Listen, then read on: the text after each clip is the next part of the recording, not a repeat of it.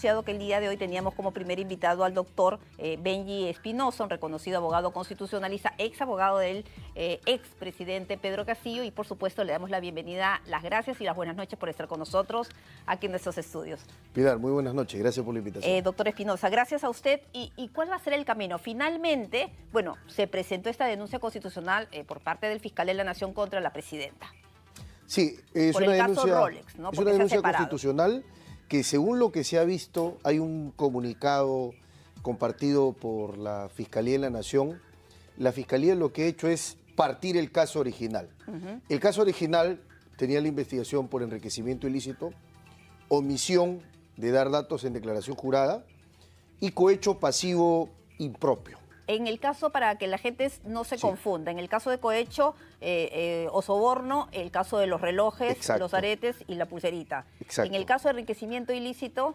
Por las cuentas, por las declaraciones de cuentas que no cuadraban, no coincidían, que había un reporte UIF, porque, o sea, esta información viene de otro caso, que es un caso de lavado de activos abierto ya hace algunos años, y de manera que ese caso, como requiere una pericia contable, creo que con acierto la Fiscalía de la Nación lo que hace es disponer una investigación más amplia.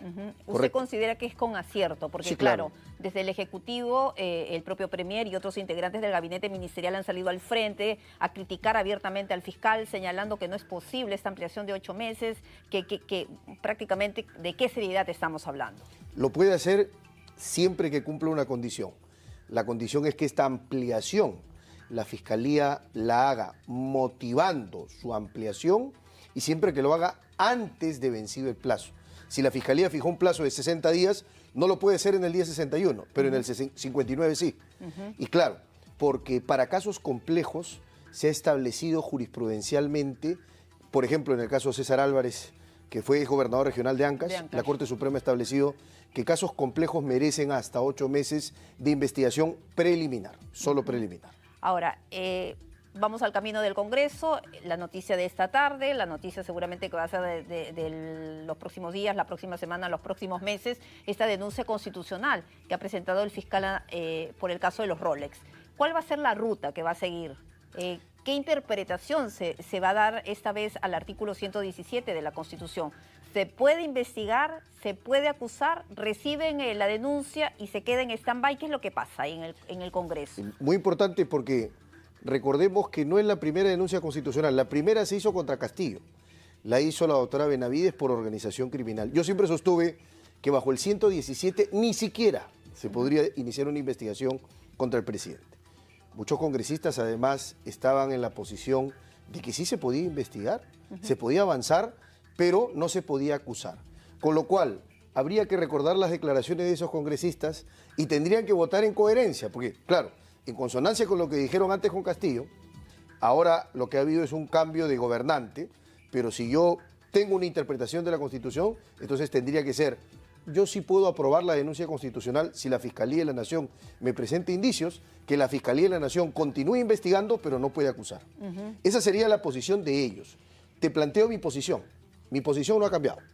Mi posición no es como la veleta en función del viento que sopla cambia, no. No soy como muy claro. El premier Gustavo Adrianzén, que hace 2 años decía que al expresidente Pedro Castillo sí se le podía investigar en base, amparado en este artículo de la Constitución, el 117. Claro, y ahora ha dicho que no la dejan gobernar, que hay un golpe, aunque, como ha dicho, tibio, ¿no? Tibio, blando, tramándose detrás. Muy probablemente, además, sea parte del acuerdo que se tomó para instruir al procurador a que plantee la demanda competencial cuestionando la investigación a la presidenta, porque voy a hacer una proyección. ¿Por qué una demanda competencial contra Fiscalía y Poder Judicial? Contra Fiscalía, porque lo que se va a discutir es que bajo el 159.4 de la Constitución, si bien la Fiscalía puede investigar desde el inicio del delito, sin embargo en el 117 encalla y tiene un límite. No puedo hacerle en relación al presidente, salvo los casos de traición a la patria, y los casos que investiga el doctor Villena no son de traición a la patria. En ese caso, ¿hubiera estado maniatado el fiscal, no hubiera podido presentar la denuncia constitucional o si hubiera podido seguir ese camino? Si es que la interpretación que se da en su momento por parte del Tribunal Constitucional es que el presidente de la República bajo el 117 no puede ser investigado, va a quedar anulada la investigación. O sea, va a tener efectos importantes en la investigación. Y ahora, pero la demanda también alcanza al Poder Judicial. La pregunta es ¿por qué? Si el Poder Judicial no inició la investigación, porque el Poder Judicial ha autorizado medidas contra la presidenta. Como el juez Juan Carlos Checli. Registros domiciliarios. Y ha rechazado también tutela de derechos. Le ha rechazado tutela de derechos. Lo último que ha rechazado es básicamente un pedido que había hecho la defensa de que habían ciertos actos de investigación, como actos de búsqueda de información. Ejemplo, no cuestiono eso. Lo que estaba cuestionando era que hay actos de búsqueda de información que se ve hechos de fuente pública. Supongamos, entran a la página ATV, sacan cierta información y la mala costumbre de la Fiscalía es que lo hace inaudita par sin convocar a la defensa. Tiene que convocar a la defensa para que la defensa exprese su parecer. A mí me parece que eso tenía razón, pero bueno, el juez ha sostenido que no. Eso es lo que se ha planteado últimamente. Porque todos los recursos creo que han presentado hasta ahora vienen siendo denegados. Pero creo que es importante, Pilar, que planteemos un tema. El tema de la responsabilidad del presidente ha sido tocado académicamente solo por 2 autores en el Perú. Solo 2 y mira cuántos años tiene. Estamos hablando del siglo pasado. El doctor Javier Valguerriestra, que hizo su tesis de bachiller hace más de 70 años. Pero sobre el tema, ¿no? Hay que decirlo para las nuevas generaciones. Su tesis era responsabilidad constitucional del jefe de Estado. Y luego de eso, casi 60 años después, el doctor Francisco Eguiguren hace su tesis doctoral sobre el tema del régimen constitucional, sobre la responsabilidad del presidente en materia constitucional y penal. Fuera de esos 2 autores, nadie ha escrito de manera seria en el Perú trabajo de investigación sobre el tema. Y el Congreso solo abordó el tema porque estaba Castillo. Y Castillo era la piñata a la que había que reventar. La gran pregunta es, desde que Castillo salió, diciembre de 2022... Se habló, ¿no?, de que se iba a hacer una reforma constitucional. Así se dijo, que era un capítulo importante para los congresistas. Hoy, han pasado 2024, casi 2 años, la pregunta es, ¿qué se ha hecho? ¿Hay algún proyecto de reforma constitucional? ¿Una convocatoria para una reforma parcial del 117? ¿Siquiera se ha sometido a debate? ¿No? Muchas declaraciones, pero quedaron en eso, ¿no? No hubo nada concreto. Pero inanes, abstractas. No aterrizó en ningún proyecto. A las galeras. Así es. Pero nunca se debatió dentro del hemiciclo alguna reforma importante al 117 que incluya, por ejemplo, que el presidente sí puede ser acusado constitucionalmente durante su mandato en caso de organización criminal, por ejemplo. O en caso de delitos de corrupción de funcionario, por ejemplo. Yo soy partidario de esas ideas. Pero que todavía no se han incluido ni hay nada en camino. Exacto, y mientras no se haga, Pilar, lamentablemente lo que vamos a tener es que si se hace una interpretación adecuada, no coyuntural de la Constitución, ni conveniente, cuando es mi enemigo, que lo fusilen. Cuando es mi amiga o es mi aliado, tengo un pacto de convivencia, ahí sí hay que mirar de otro lado la Constitución, como lo que ocurrió con Pedro Castillo, la estabilidad. ¿Cree usted? Y con lo que está ocurriendo con la presidenta Dina Boluarte y sus aliados en el Parlamento. Porque ahora van a decir... Porque ella misma ha dicho eso, que tiene sus amigos en el Parlamento. Textualmente. Ahora seguramente dirán, no, lo que importa es la estabilidad política del Perú. Hay que dejar gobernar a la presidenta, no hay que distraerla con carpetas fiscales. Ahora, en el Congreso, ¿qué camino se tendría que seguir? ¿La ruta de siempre? ¿La SAC? ¿Su Comisión de Acusaciones Constitucionales, Comisión Permanente y Pleno del Congreso? Sí.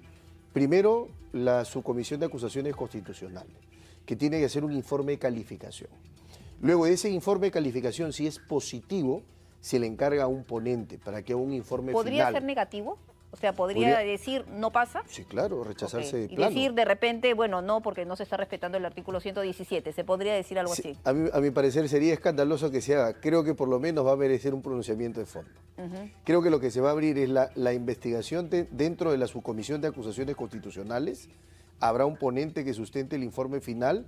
En el camino, la presidenta con su abogado podrán ser escuchados y finalmente se decidirá. Si el informe final es que hay mérito, esto no acaba ahí, pasa a la comisión permanente.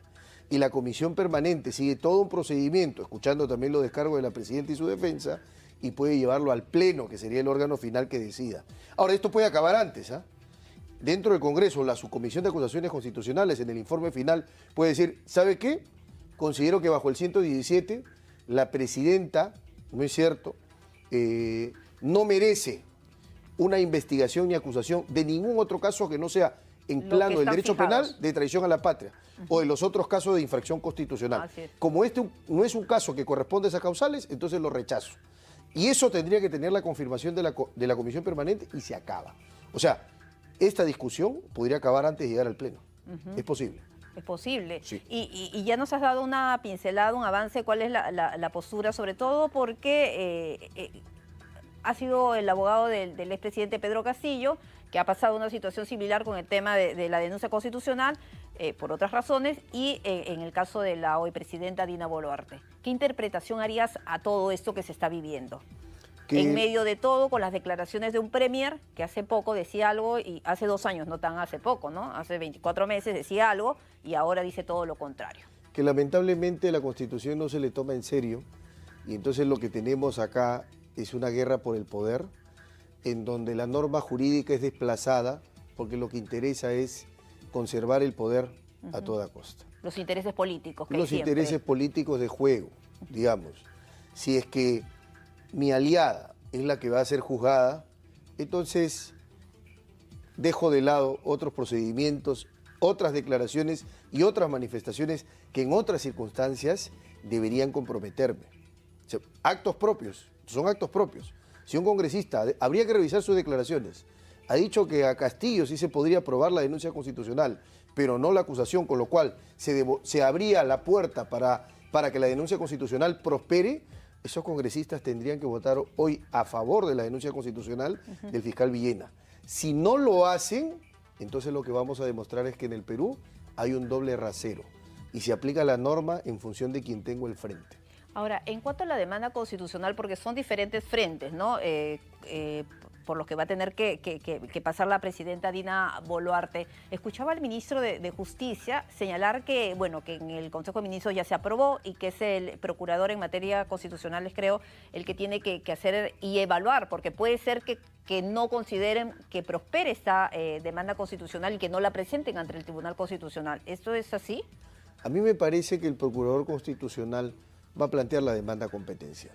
Okay. Creo que la discusión que va a llevar al Tribunal Constitucional es que bajo el 117 hay un régimen de una inmunidad casi absoluta para el presidente y que al presidente se le trata, como se decía antes, como un virrey sin oidor. El presidente del Perú es un virrey sin oidor. De manera que creo que va a plantear una demanda competencial bajo la figura del menoscabo de sus atribuciones, es decir, que abriendo la puerta del 117, otros supuestos no contemplados allí, lo que se está haciendo es distraer y afectar la figura de la presidencia de la República y en consecuencia el ejercicio propio de sus competencias. Es lo que han dicho todos los ministros, ¿no? En los últimos días han estado con el mismo mensaje, ¿no? Exacto, van en esa línea. ¿No? Entonces, yo creo que sería bastante descabellado pensar, y además ingenuo, que el procurador no presente la demanda constitucional cuando hay toda una línea política que precede que sí. Finalmente será el Tribunal Constitucional el que se pronuncie, el que tenga la última palabra. Y de acuerdo a los precedentes, a la posición más o menos del Tribunal Constitucional, conversaba hace algunos días con otro abogado constitucionalista y lo que me decía es que seguramente el Tribunal Constitucional no va a dar luz verde a esta demanda competencial, porque además hay un pronunciamiento de la Corte Suprema de Justicia sobre este tema. No necesariamente. Yo tengo otra opinión. Hay un pronunciamiento de la Corte Suprema que se establece a raíz de la tutela que yo promoví por el presidente Castillo. Pero lo que el pronunciamiento del juez Checle y luego la Sala San Martín establecen es que al presidente de la República solo se le puede someter una investigación preliminar. El Tribunal Constitucional sobre esa interpretación todavía no ha hecho un control, es decir, no ha dicho si está bien o está mal. Yo planteé esa discusión, lamentablemente el presidente Castillo, bueno, leyó el discurso y todo esto se acabó sin que el Tribunal Constitucional resolviera. Pero yo creo que el Tribunal Constitucional podría, uno, decir, la Corte Suprema hizo bien y al presidente se le puede abrir diligencias preliminares fuera de los supuestos del 117, pero solo diligencias preliminares. De manera que el Congreso, ahora. Claro, de manera que el Congreso no podría aprobar una denuncia constitucional porque esto supondría formalizar una investigación e imputarle cargos al presidente. Primera posición. Segunda posición. Al presidente de la República ni siquiera se le puede abrir una investigación preliminar porque eso que la Constitución dice que el presidente solo puede ser acusado se está refiriendo al artículo 99 que habla de acusación constitucional. No se está refiriendo a una acusación penal porque no se puede leer la Constitución desde el Código Procesal Penal. Segunda postura, más radical.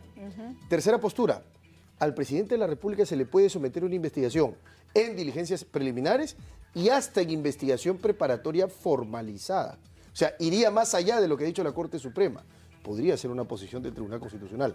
De manera que creo que la pelota está en la cancha del Tribunal Constitucional y veremos qué dicen los 7 tributos. ¿Y se podría aprovechar el momento como para hacer una exhortación por parte del Tribunal Constitucional a los integrantes del Congreso, a los parlamentarios, para que vean justamente este tema y que se ponga en blanco y negro? Lo ha hecho en otros casos. El Tribunal Constitucional termina resolviendo y da lo que se conoce una sentencia exhortativa, llamando la atención del Congreso a que legisle sobre una materia que es urgente, porque creo que legislar sobre la responsabilidad de la más alta autoridad del Perú es de las tareas más importantes que existen. Sobre todo en la coyuntura que hemos vivido gobierno tras gobierno, sobre todo en los últimos tiempos. Exacto, por supuesto, Pilar. Es fundamental. Este tema de la responsabilidad constitucional y penal del presidente durante el ejercicio de su mandato es de la más grande importancia y debería ser abordado por quien le corresponde, que es el Parlamento. El Congreso. El Parlamento. Queda claro entonces dónde está una de las pelotas, en el Congreso y la otra también en el Tribunal Constitucional. Doctor Espinosa, gracias por haber estado con nosotros y por habernos explicado nuevamente claramente cuáles van a ser los pasos a seguir, los posibles escenarios con esta denuncia constitucional y con la posible demanda competencial que ya lo presentará el procurador en los próximos días. Muchísimas gracias.